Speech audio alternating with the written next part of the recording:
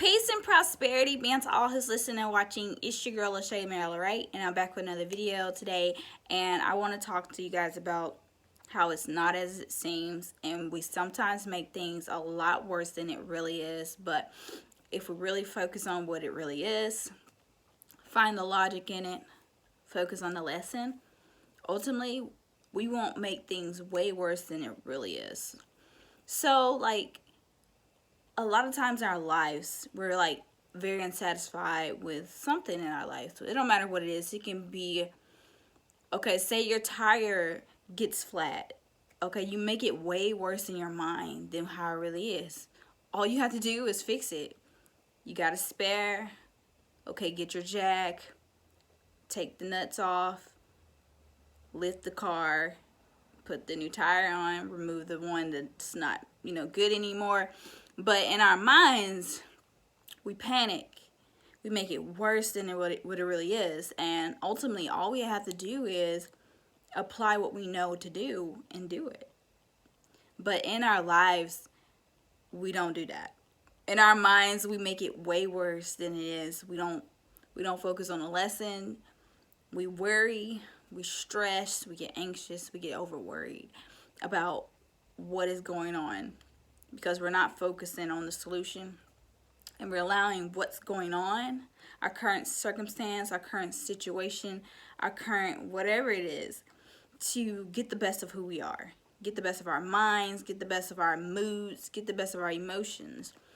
Sometimes maybe you have trouble with driving and you don't really care for it, and you get real anxious, and you make up in your mind all these bad outcomes of what can happen or what could be or if. And then if we're always focusing on the ifs and what could be and how things can turn up, and when things do turn up, how it can be so small and we can make it seem so big. If we just apply what we know to do and not worry and not focus on what's happening to us, we will be so much better off. And we allow our minds to get the best of us. We allow our minds to rule over our emotions, because we'll create these unnecessary ifs or worries or concerns in our minds, and they take a toll of our emotions. Thoughts become things, and things become emotions as well. And you can make up uncertain emotions, and you create these emotions that you don't necessarily want to feel, because you've thought about all these different outcomes, you thought of all these different things, you have all these different worries and all these different stress and these anxieties that you've created in your mind over something so small, because you already know what to do and you already know what to apply and how to apply it. But because you allow your mind to get the best of you, and you don't use your logic in the most simplest of things, we allow things in our lives to frustrate us, control how we act, and even allow our emotions to flare up in moments and allow us to say things that we don't really mean. Is a reality in which we must seek out, and we must take accountability for our actions, but also the way we think.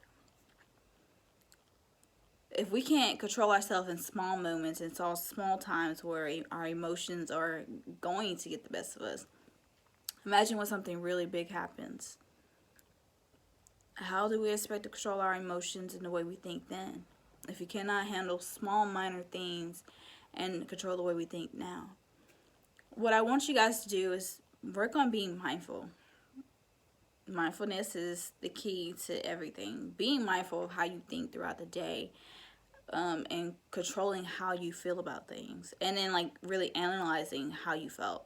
And even if you can't sit and take the time to do it today, you can take the time to do it when you get home. You can't focus on all of what's going on with you, but sometimes you need to take moments in your life and you need to sit down, you need to breathe and figure out what's really going on and find the logic in it, because sometimes we allow our emotions to really take control of us, and you let it drive the wheel, and you let it drive you, and you let it drive your mind, and it'll drive you insane with all these different scenarios that don't really exist, because not only have you made up different things in your mind, you've lost so much touch with reality and what it is.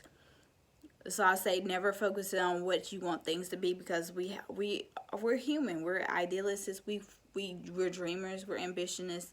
We want things to be our way. We want things to be how we want them to be. And ultimately, we can't control every outcome. We can't control every decision. We can't control everything that people do to us and in our lives and what happens. But we can only control ourselves and the things that we can do and the things that we can control and the things that we can say and think about. So we can't focus on the big picture of everybody else, but we can understand that there is a bigger picture and we're all a purpose in that big picture, right? And we're creating something amazing, but in the process, don't lose yourself in your thoughts and allow those things to overwhelm you with worry and stress and concerns, because it gets you from the moment. You can plan for tomorrow. You can plan for the future all day long, but the future is not here. And you can think and dwell over the past, but you can never get it back. What I'm saying to you is, if you don't focus on the now and all you can do now and all the energy that you can focus on what you can focus on today, you're wasting your energy. And as it is, I'm a prepper, I'm a preparer. I do believe in preparing for the future. I do like to make a plan for things. But, we can't worry about tomorrow and we can't dwell over the past. We must get forward about what we're doing. And every day we should learn to take on the lessons of life. Every day is a lesson. Every day we're learning something new, whether it's about ourselves internally, because we're learning a lot of things internally. No one talk about the internal growth that we go through, the internal seasonal growth that we go through. We always talk about the outer changes that the vessel has to experience, but what people fail to understand is it requires the internal growth for you to get outer growth. And greater the change within, the greater the change outside. And it's not always as it seems. So if we accept things for what they really are and not make up in our minds what we want them to be, and just accept the reality of things, right? Because I think we make things way worse. And I'm not the only one who can relate to this. I'm not the only one who can agree to this. I mean, we all make things way worse than it is.